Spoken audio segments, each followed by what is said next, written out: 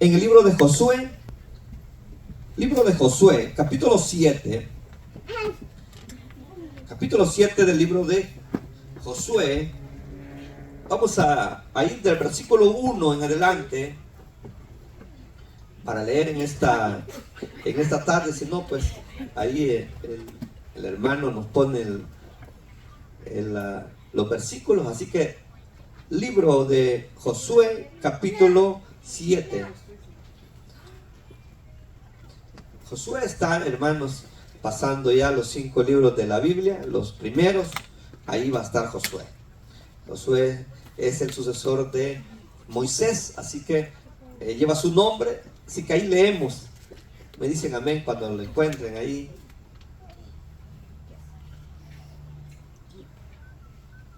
Les hacemos tiempo, hermano, no tenemos prisa. Queremos que todos leamos este pasaje. Josué capítulo 7.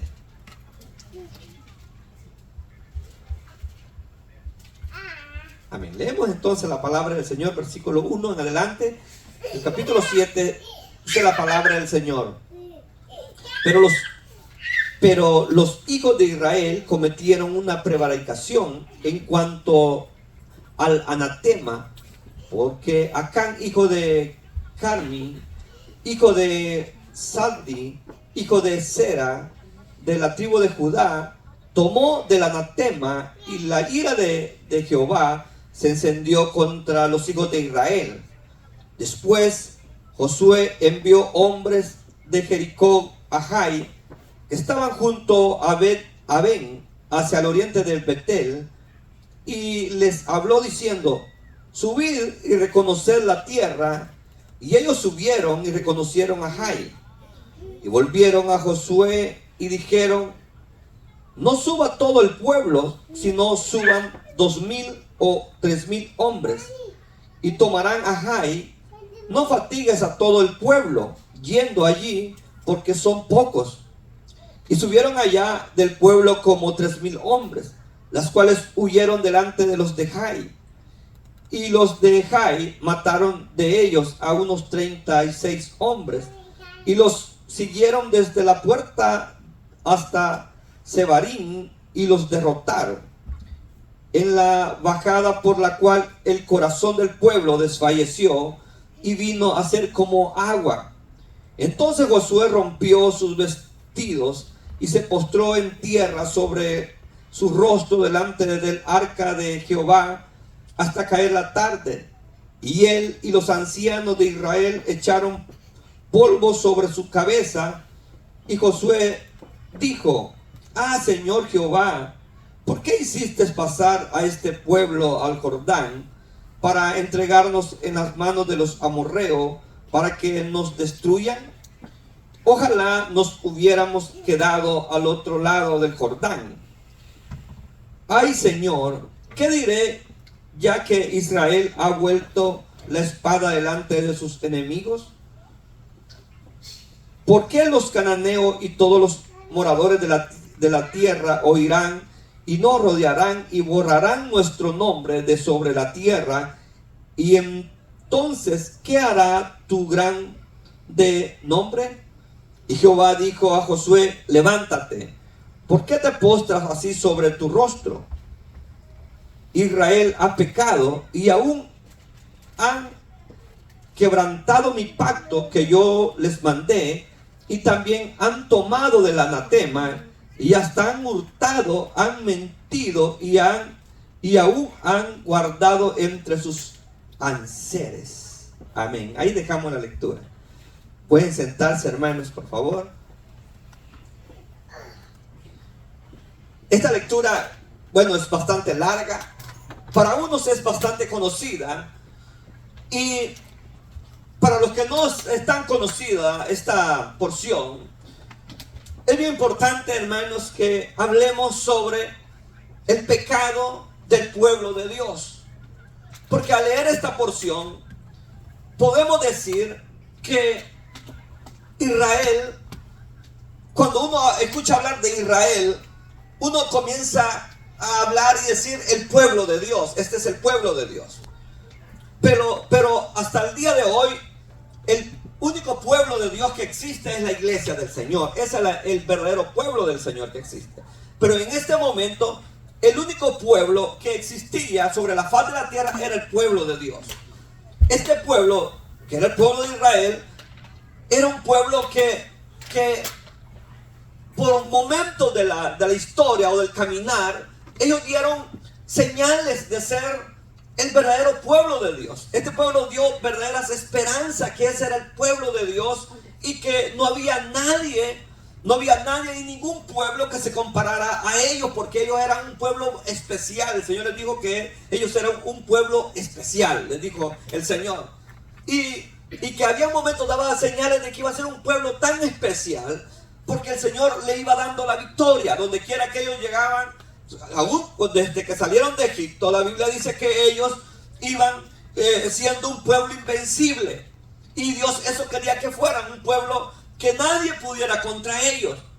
Pero este pueblo, hermanos, que Dios eligió para que fuera su pueblo, el pueblo invencible, el pueblo que tuviera solamente a un solo Dios, que, hermanos, nadie le podía hacer frente.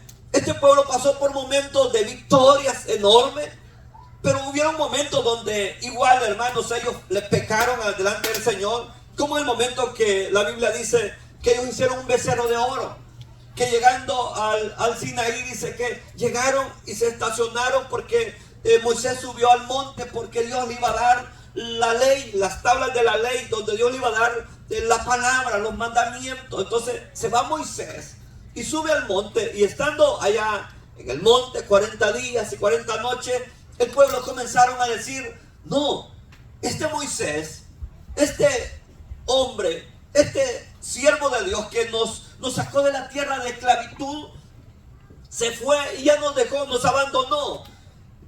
Entonces le dijeron a su hermano Aarón, le dijeron: haznos un becerro de oro, haznos un becerro para que digamos que este nos sacó de la tierra de Egipto. Eso lo encontramos en Éxodo 32, ahí usted lo puede leer en su casa.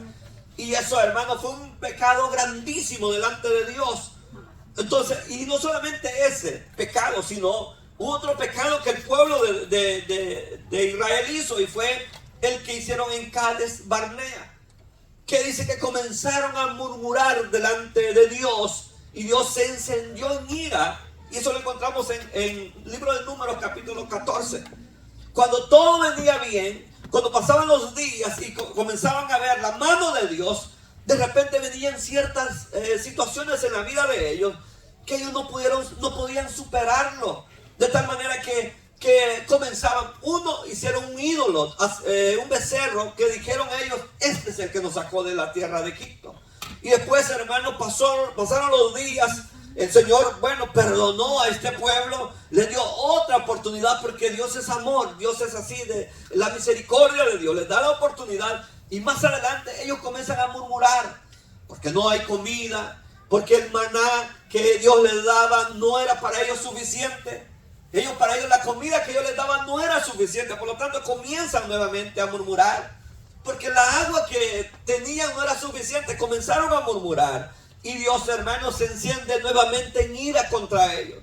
Entonces este pueblo daba ciertas señales de que iba a ser un pueblo obediente. Por eso Dios lo eligió, porque sabe, hermano, que como usted sabe, el mundo es grande. Al menos habemos 8,000 millones de habitantes sobre la tierra. Pero dígame, hermano, que cuánto de estas personas son obedientes a la voz de Dios. ¿Cuánto están pendientes a lo que Dios dice? Entonces Dios, como no todo el mundo, no toda la gente, no toda la multitud que hay escucha la voz de Dios, Dios tiene que elegir un pueblo.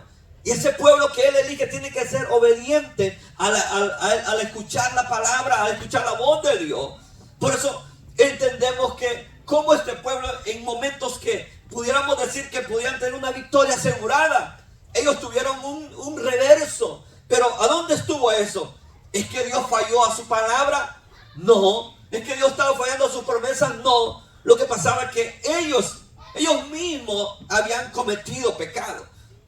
Y esta es la porción que leíamos ahora, que dice que este pueblo, hermano, entró a la tierra a tomar posesión de la tierra, comenzaron a tener victorias de tal manera, hermanos, que aún Jericó, que era una ciudad fortificada, que tenía muros alrededor, ellos, hermanos, dice que comenzaron a rodear aquella ciudad con muros, y los muros cayeron.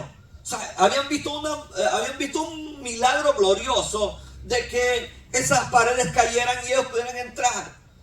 Pero en esta porción encontramos que ya habían vencido a Jericó, ya habían entrado a aquella ciudad fortificada y que era imposible de penetrarla.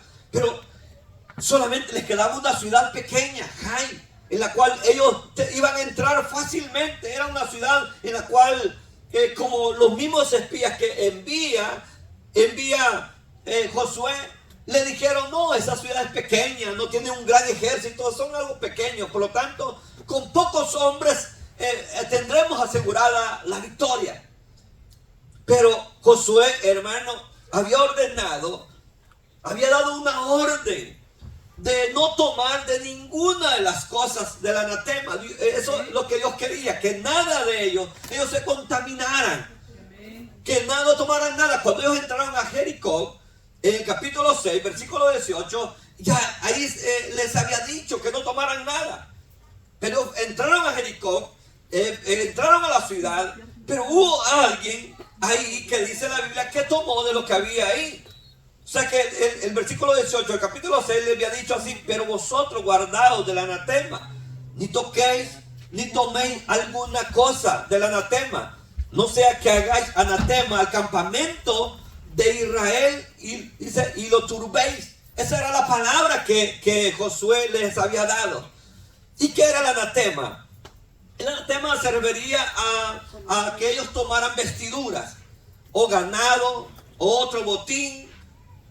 Nada de eso podían ellos tomar. ¿Pero por qué no podían tomar nada de eso? Porque ellos no sabían para qué habían sido dedicadas. Fíjense, las naciones eran idólatras. Ellos todos lo ofrecían a sus dioses.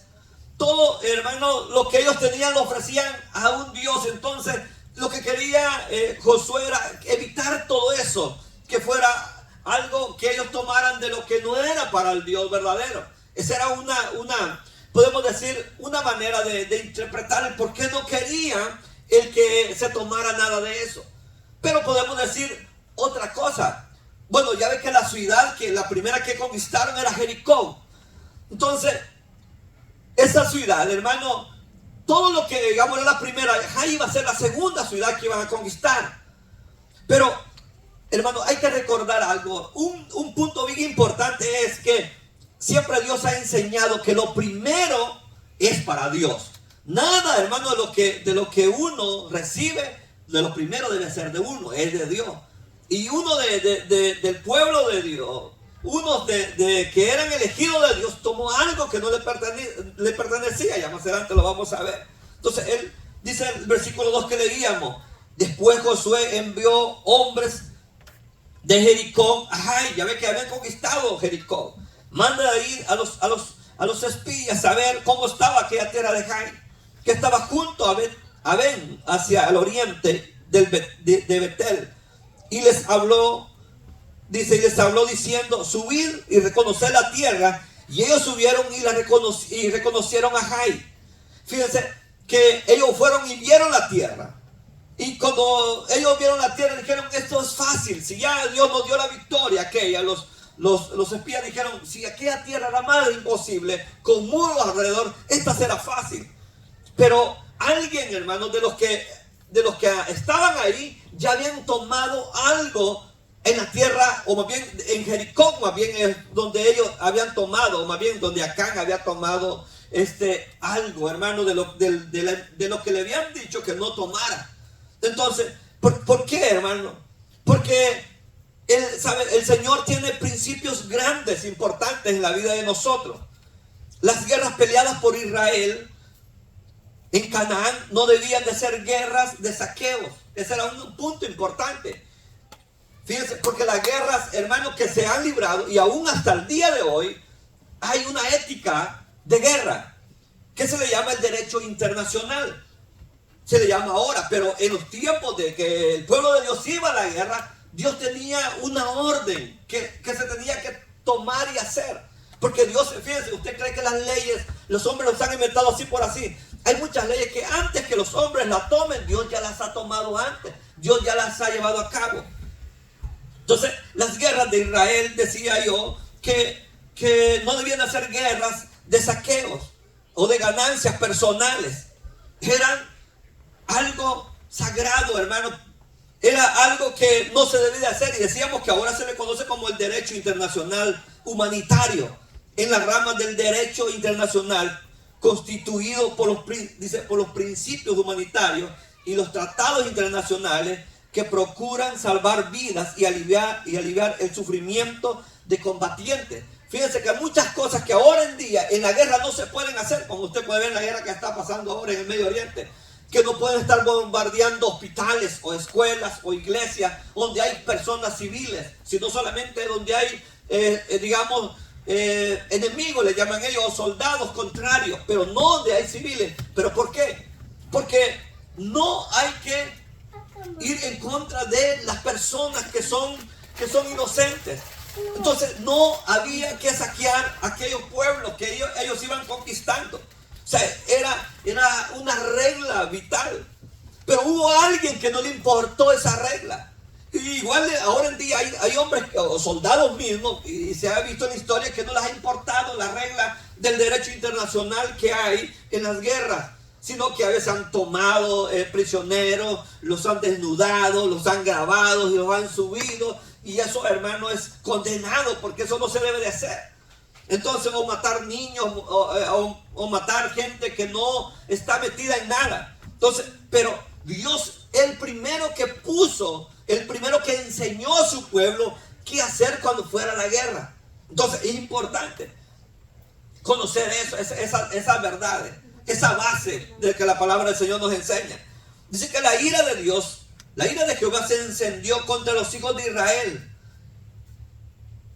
Y dice que no pudo derrotar a ese pueblo de Jai. Porque mire, más adelante dice, y volviendo a Josué, dijeron, no suba todo el pueblo, sino suban 2,000 o 3,000 hombres. Y tomarán a Jai, no fatigues a todo el pueblo, yendo allí, porque son pocos. Y subieron allá del pueblo como 3,000 hombres, las cuales huyeron delante de Jai. O sea, imagínense, ellos dijeron, eso es fácil, porque ellos ya habían visto cuán victoria habían recibido de parte de Dios. O sea, ellos subieron y reconocieron la tierra de Jai y recomendaron a Josué no enviar tantos hombres. Dijeron, con poco la vamos a hacer de 2,000 a 3,000. Y Josué, hermano, obedeció esa palabra. O sea, esa era una actitud de fe, porque ellos dijeron, no, Dios nos va a dar la victoria. Porque uno a veces dice, no, es que Dios nos va a dar la victoria. Entonces, esa actitud era una actitud de fe, que ellos tenían que Dios iba a hacer algo en ellos, que Dios iba a hacer como el mismo. ¿Se acuerdan de este Sansón?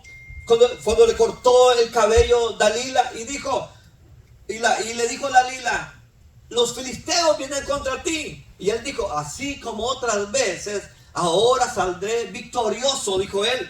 Pero ¿qué pasó? Él ya había perdido el pelo, entonces ya le habían cortado el cabello, y ahí consistía el que él tuviera la fuerza. O sea, no, venía así, era un trato de Dios que tenía con él. No era porque él estuviera musculoso o como estos que hay ahora, ¿verdad? De gimnasio y todo eso. No, él es flaco igual que yo estaba, todo desnutrido estaba. Pero la fuerza que tenía no era fuerza normal, porque era una fuerza que venía sobrenatural sobre él. El Espíritu Santo venía sobre él, y dice que él agarraba las puertas y las sacaba, las levantaba, las puertas de la ciudad, las levantaba, las abría, y no había nada que lo detenía. Pero ¿de dónde venía esa fuerza? Era de Dios que venía. Cuando fue cortado su cabello, él en ese momento perdió la fuerza. Y cuando él tuvo y quiso levantarse con fuerza, dice que los filisteos lo atraparon, y dice que le quemaron los ojos y lo pusieron, hermanos, a moler trigo. Dice que lo pusieron en un molino moliendo trigo, y él daba vuelta como que era buey ahí alrededor. Pero porque él pensaba que Dios estaba con él siempre, y que no importaba si él fallaba a Dios, que no importaba si él vivía en pecado, desobedeciendo a Dios, Dios siempre iba a estar con él. Pero algo, hermano, que pasa en el pueblo de Dios y en los hijos de Dios, es que Dios está siempre con uno. Pero, ¿sabe, hermano? Nadie nos podrá hacer frente, porque eso es lo que le dice el Señor en el primer capítulo, el capítulo 1, versículo 9 a Josué. Nadie te podrá hacer frente. Nadie, le dice todo. O sea, que le dice el Señor a Josué: yo, así como estuve con Moisés, así estaré contigo. O sea, Dios le promete que iba a estar con él. Pero ¿qué sucede en este momento? Cuando vienen estos hombres enviados por Josué, y al subir allá, dice a Jai, dice, los hombres que habían enviado, dice que huyeron delante de Jai. O sea, que aquellos que eran poderosos, fuertes en ese momento, dice que llegaron allá, y en lugar de traer la victoria, traer el botín con ellos, dice que salieron corriendo. Y no solamente eso, murieron 36 hombres. O sea que envían estos hombres, era confianza que tenían en Dios, que Dios les iba a dar la victoria. De la confianza y obediencia que tenían a Dios, digamos, la palabra, a veces Dios nos ha dicho que nos va a dar la victoria, ¿sí o no, hermano? Nosotros sabemos que Dios nos va a dar la victoria, pero ¿por qué a veces no la obtenemos, verdad? Porque a veces hay que pensar, hay que decir qué está pasando, a dónde está el problema, por qué yo no veo esto, no veo la salida, solo un problema y otro. Hay que ver, hay que examinarse, porque ellos tenían confianza en sí mismos, tenían la fe en Dios, que Dios les iba a la victoria, pero dijeron 3,000 es suficiente. Me imagino yo que aquellos hombres iban confiados, vamos a ver cómo vamos a hacer, y ya iban haciéndose la ilusión de que la victoria era segura. Entonces, porque dijeron, si este pueblo es tan pequeño, si aquel pueblo lo vencimos, Jericó, y ya tenemos poseída esa tierra, ¿qué va a pasar con Jai? Es fácil de conquistarla. Aquellos hombres iban confiados. Pero ¿qué pasó? Aquellos 3,000 hombres que ¿habían pecado? No habían pecado.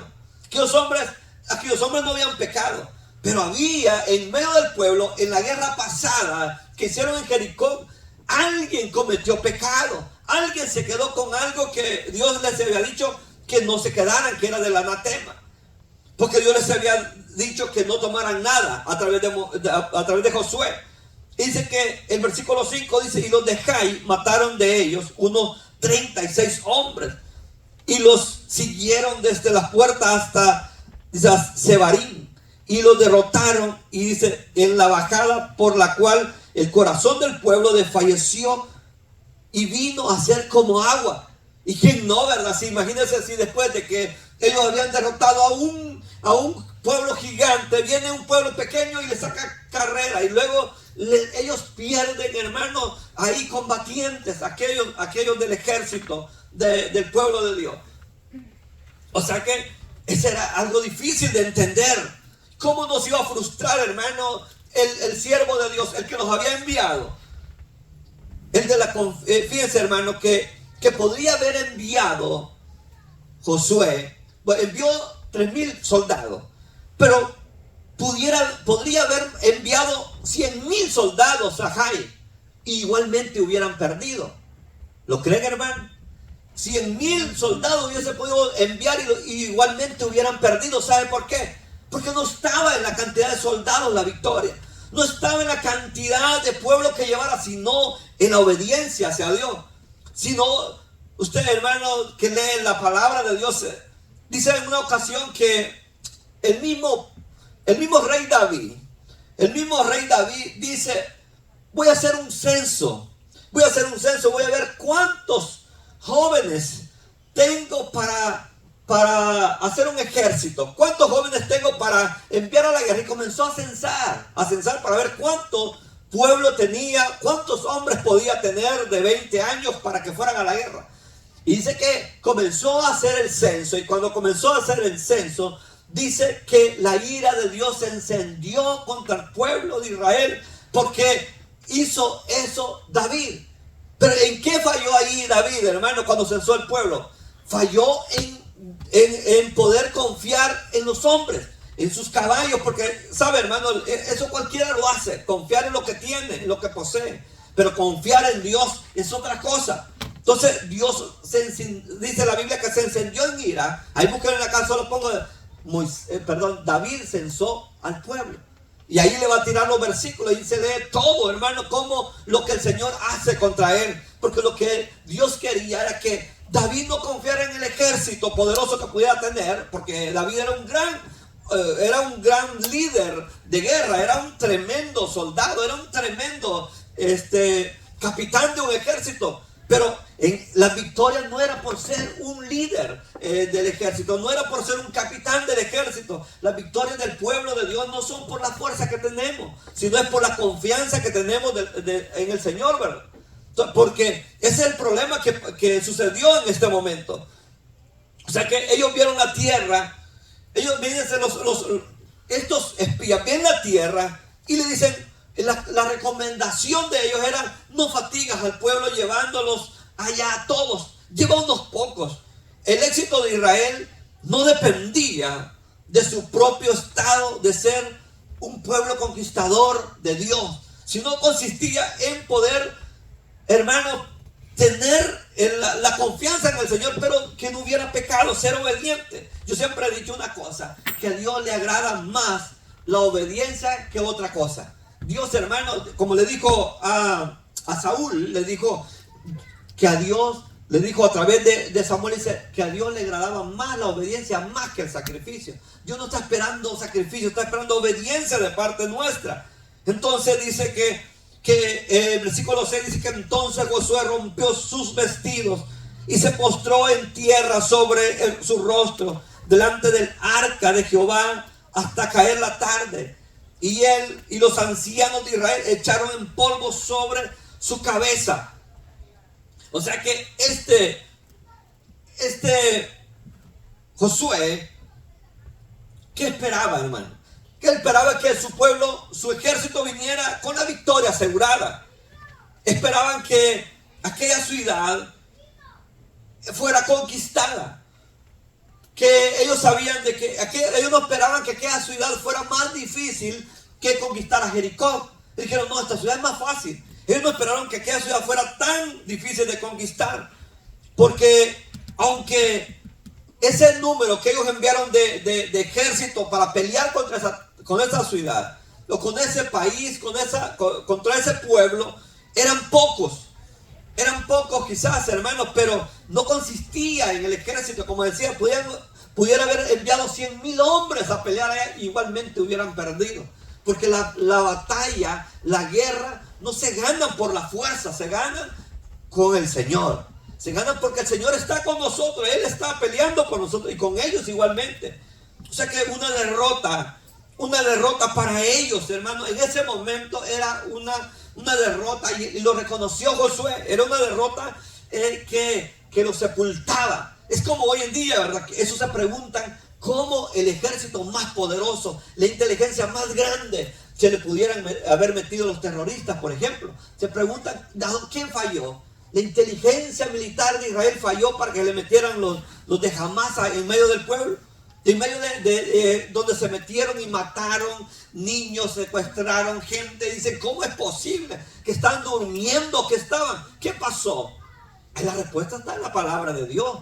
Han pecado delante de Dios, y por eso, hermanos, pueden tener el mejor ejército, pueden tener la mejor inteligencia, pero si el que peca delante de Dios no encontrará la victoria de parte de Dios. Dicen amén a eso, hermano. Una derrota que ellos recibieron, o más bien que recibió Israel, es el significado de que ellos, hermanos, si ellos fueron derrotados en este momento, se pone triste Josué, porque esto significaba que si ellos habían perdido la guerra en este momento, ellos iban a ser frágiles en la tierra, y que no había seguridad que ellos pudieran mantenerse en pie, que cualquier pueblo podía venir y derrotarlo. Por eso él se pone frustrado, se pone triste, y dice que se puso hasta la tarde. Dice que se rompió sus vestidos, se postró delante a la tierra sobre su rostro delante del arca de Jehová hasta caer la tarde.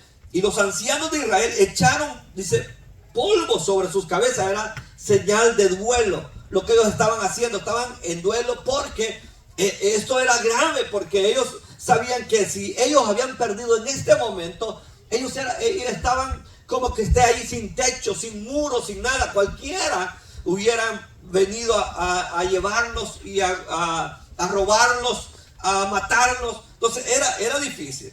O sea, la derrota de Jai mostró que lo que importaba no era la fuerza, eso lo vengo diciendo yo, del oponente, sino la ayuda de Dios. Sin la ayuda de Dios, todo estaría perdido. Y así nosotros, hermanos, si ponemos nuestra seguridad en las cosas que nosotros tenemos, pues esas cosas pueden fallarnos en un momento. Debemos tener la confianza en el Señor. Si está enfermo, si no tiene nada, confía en el Señor y va a ver cómo Dios, hermano, abrirá aquellas puertas que se han cerrado, cómo Dios hará grandes cosas, porque Dios es fiel con su pueblo, Dios es fiel con sus hijos. Los que Él toma por hijos, Él es fiel. El problema es que a veces la derrota no es, hermano, porque Dios haya fallado a su palabra, sino es porque nosotros le hemos fallado a Él. José dijo: Señor, ¿por qué hiciste pasar a este pueblo? ¿Por qué le dice eso? Porque él sabía de que él estaba ahí. Si ellos ya habían perdido la guerra, ellos ya estaban ahí peligrando a que cualquiera viniera sobre ellos. Le dice: ¿por qué hiciste pasar a este pueblo? Dice el Jordán, para entregarnos en mano de los amorreos, para que nos destruyan. Ojalá nos hubiéramos quedado al otro lado del Jordán. Ay, Señor, ¿qué dirá ya que Israel ha vuelto la espalda delante de sus enemigos? Porque los cananeos, todos los moradores de la tierra, oirán y nos rodearán y borrarán nuestro nombre sobre la faz de la tierra. A eso le preocupaba a Josué, que como ya habían perdido contra una ciudad pequeña, todos dijeran: no, si esto los de Jai, con un ejército bien pequeño, le sacó carrera y luego mató a sus hombres y todos vinieran sobre Israel. Entonces eso le preocupaba. Y no solamente eso, sino que ¿qué harán? Dice, con tu nombre grande. O sea, le pregunta a Dios. O sea, el pueblo de Dios no tenía ninguna razón para tener miedo. Su pánico era completamente lógico, porque Dios luchaba por ellos. Dios luchaba por ellos. Y ellos esperaban la victoria, pero en lugar de la victoria reciben una derrota. Y en ese momento es una derrota moral grande sobre ellos, porque ellos sabían de que en este momento que ellos habían perdido la guerra, vendrían todos sus enemigos en contra de ellos a quererlos derrotar. Al menos el que está en el ejército sabe cómo es eso. Que imagínense si a unos soldados los han agarrado así, les han sacado carrera, vienen rapidito los demás, y estos son cobardes. Josué va delante de Dios, va delante de Él en un tiempo, que en un momento difícil, que Él va triste, va derrotado, porque ha perdido hombres. Y dice: ni allá cuando entramos a Jericó recibimos este revés sobre nosotros. Pero Dios, hermano, le habla a Josué y le dice, versículo 10, y Jehová le dijo a Josué: levántate, ¿por qué te postras así sobre tu rostro? Le hace una pregunta: ¿por qué estás triste? ¿Por qué te postras? ¿Por qué estás así? Le dice Dios a él. Y le dice el motivo por la que ellos han sido derrotados. Le dice Dios a Josué el motivo por qué ellos no han logrado la victoria. Le dice: Israel ha pecado y aún han quebrantado mi pacto. O sea, Josué dice que rompe sus vestidos, pero Dios le habla. Él dice que rasga su ropa, dice que se echa ceniza, se echa polvo. Dice él, comienza a renegar de todo y dice: mejor nos hubiéramos quedado. Pero Dios le dice a Josué: el pueblo ha pecado, Israel ha pecado. Fíjense, quizás todos aquellos que habían ido todos los que habían ido a la guerra, todos los que habían ido allá, los soldados y todo su ejército, no había pecado. Pero alguien del pueblo había pecado, había tomado del anatema. Por lo tanto, Dios estaba enojado. Dios estaba enojado con ellos porque no habían cumplido la palabra en poder haber tomado de eso. Y decíamos al principio que hasta el día de hoy esa regla se respeta, de no tomar ciertas cosas, cuando un ejército vence al otro, hay cosas que no deben de hacer. No, que ya lo tomamos y lo vamos a tomar y lo vamos a humillar. No, siempre hay reglas, hay normas que se toman. Israel no obedeció a Dios, no obedeció la palabra de Dios. Por lo tanto, él dice, han quebrantado mi pacto que yo les mandé. Y también dice el Señor, han tomado del anatema, hasta han hurtado, han mentido y aún han guardado entre sus enseres. O sea que aquello que habían tomado, lo habían guardado, lo habían metido. Y este era un tal Acán, que había, por eso en el versículo 1 que leíamos, que dice que los hijos de Israel cometieron prevaricación en cuanto al anatema. Porque Acán, hijo de Carmi, dice. O sea, aquí en el versículo 1 está dando la respuesta. ¿Quién fue el que había tomado de lo que Dios había dicho que no tomara? Y no solamente lo tomó, lo guardó, lo escondió, ahí lo enterró. Agarró allí de Jericó, que había tomado un lingote de oro, un manto babilónico, y lo vio bonito y lo guardó, lo escondió. Dijo, nadie se dio cuenta. Pero ¿de dónde? Como dice la palabra de Dios, ¿de dónde huiremos de su presencia? ¿A dónde, hermano? Dios no nos está mirando. O sea que Dios se había molestado con ellos. Dios estaba enojado con ellos. Y por eso ellos perdieron la guerra. Por eso habían perdido esta guerra que para ellos iba a ser fácil. Que no necesitaban muchos hombres. Recibieron un revés de parte de Dios. Porque Dios no fue con ellos. Porque la guerra la ganaba porque Dios iba con ellos. Israel, dijo el Señor, ha pecado. La buena noticia era que Dios no había fallado a la palabra. Dios no les había fallado a ellos. La mala noticia era que la derrota se debía al pecado de Israel. O sea, la buena noticia, hermano, era que Dios no le había fallado. Esto es como cuando un niño viene y le dice al padre, ya no te amo, papá, ya no te amo. Pero imagínense, que se preocupe el niño cuando el padre ya no lo ama, ¿verdad? Porque cuando el día que no lo ama, ya el papá ya no le va a comprar nada, ya no lo va a ayudar, ya no le va a hacer nada. Pero si el niño le dice al padre, ya no te amo, no pasa nada. Imagínense si Dios estaba ahí con el pueblo todavía. Dios, hermano, no les había fallado a ellos, el pueblo le había fallado a Dios. Había uno que le había fallado a Dios. O sea que Él no hará, hermano, Él no hará algo en nosotros si nosotros no reconocemos que le hemos fallado a Él. Porque aquí el Señor quería que este pueblo conociera que Él era el único que tenía autoridad sobre poner la regla. Ellos no tenían que desobedecer, tenían que ser obedientes. Siempre, hermano, es importante obtener la victoria. Pero más bien es bueno tener la victoria cuando Dios, hermano, está con uno. Porque qué bueno saber que la victoria es del Señor y a Él le damos la gloria. Porque Israel dice que pecó, dice tentó a Dios. No solamente muchas veces, hermanos, lo habían hecho, pero en esta vez lo habían tentado nuevamente y Dios los dejó ahí, ¿vale? Entonces han pecado. Dios quería sacar el pecado de medio de ellos. Y después comienza Josué a buscar casa por casa, a ver quién es el que ha pecado, quién ha tomado el anatema, quién ha quebrantado ese mandamiento. Fíjense, hermano, y decía al principio que el anatema era no tomar nada del enemigo, porque son puntos importantes.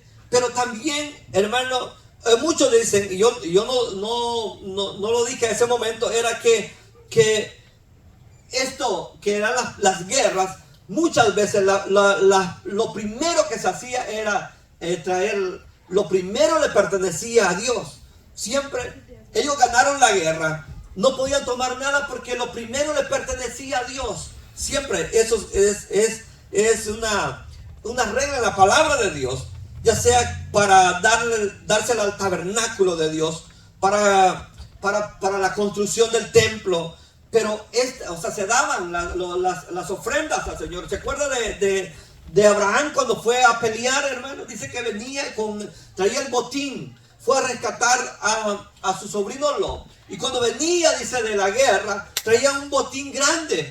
Y al encuentro le salió, dice,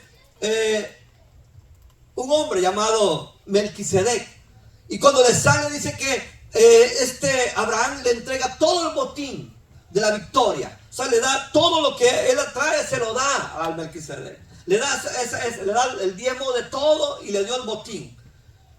Porque Dios le había dado la victoria. O sea, que era como un reconocimiento a la victoria que había recibido. Y que no era de él, no le pertenecía a él la victoria. Entonces le da todo. Entonces, muchas veces cuando se iba a la guerra, lo primero que se ganaba, ya fuera lo que fuera, se traía.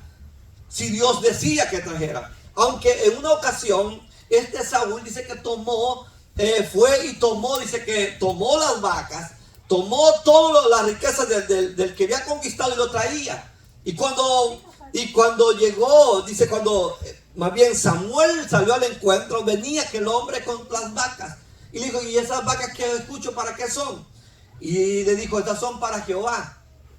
Pero como Dios le había dicho a este rey llamado Saúl que nada trajera, que todo lo matara, y él tomó lo mejor y se lo traía. Pero como, ¿sabes? Lo que le molestó a Dios era de que él desobedeciera.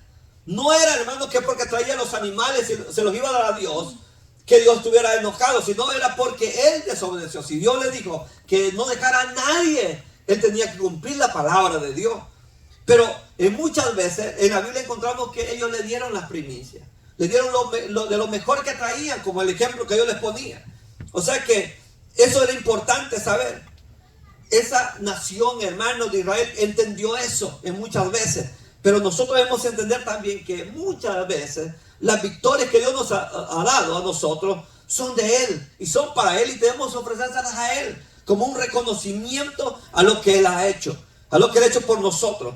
Porque fíjense, si ellos no hubieran pecado, Jai la hubieran derrotado con esos otros 1000 hombres. Pero Dios le dice, Israel ha pecado y aún ha quebrantado mi pacto que yo les mandé.